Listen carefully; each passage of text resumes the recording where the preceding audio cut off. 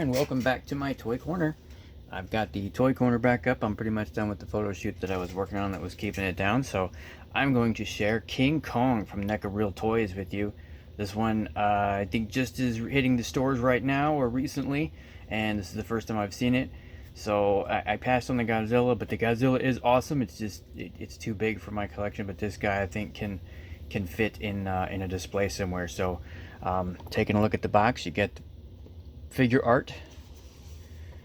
That's a little pose, a little throwback. The that looks like the classic King Kong face there.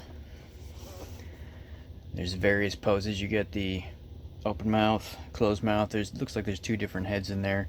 Looks like it's going to be a pretty posable figure for the size. And then there's that face as well. So let's take a peek through the window here. Got the illustrious art there. Got the alternate head. Looks like some alternate hands. So not a whole lot of accessories, but a whole lot of character. Let's get him opened up and take a look. Alright, we got him opened up. And right out of the box, just the detail on this figure is really impressive. I love the fur accents, the wash on it. You've got some scarring there in the chest.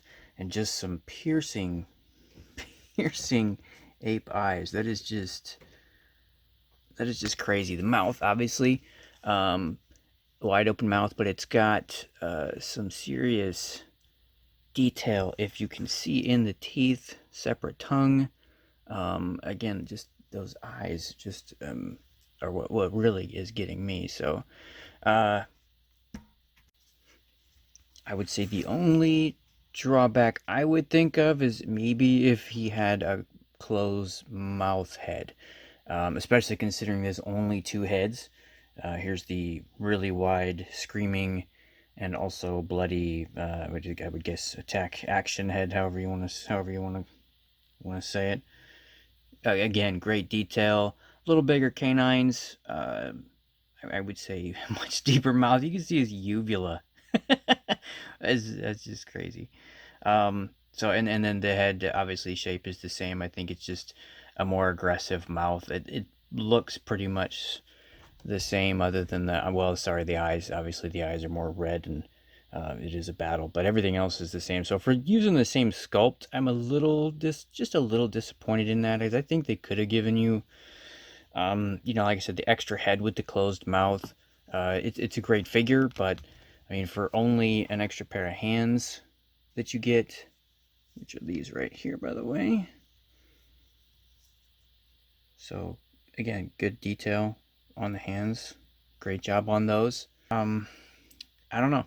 I think they could have had a gripper hand, maybe an extra head.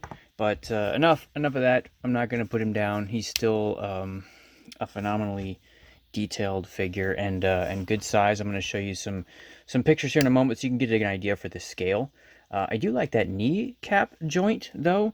It's not something I've seen a whole lot, or maybe it just looks different with him or on him. Yeah, I think but it's kind of a long piece in the middle there, and then it almost feels like it's on a hinge at the end of that piece. So that is kind of unusual, but it's allowing for some decent posability, and especially for as thick as those thigh pieces are, that would be hard to maneuver without that joint in there. So that's good.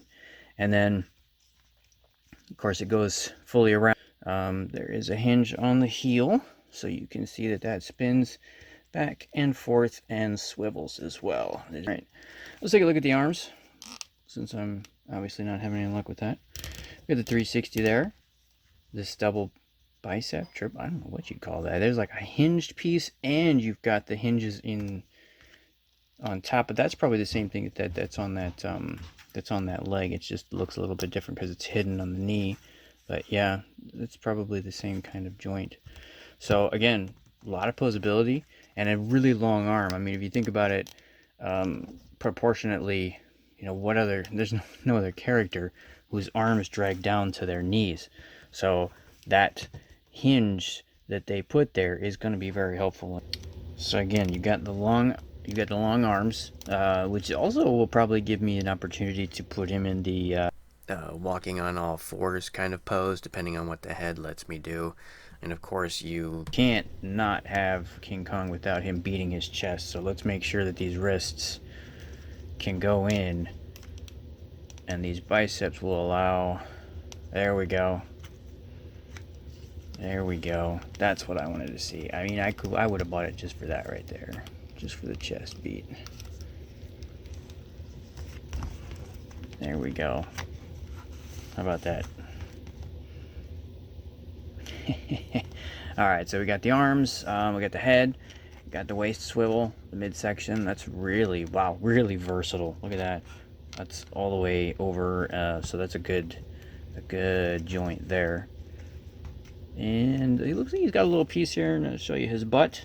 So he's got a furry butt, and it does have an extended rubbery piece. It's a little bit different. It's not the plastic. This whole bottom piece actually is coated with something different. So some of these pieces are, although they look very consistent and good, they look very static, but they're not. They're actually, this has a much rubbery, flexible piece here. You can almost move it if you can see that. So, all right, we got the chest beating and the angry face there. So I'll let you be the judge.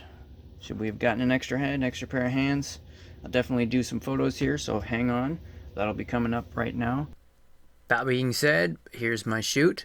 I got King Kong here at the mountains. King of the Mountain, of course. Then King Kong meets Stan, just so that you can see a scale reference. I like to use Stan for the 6-inch reference.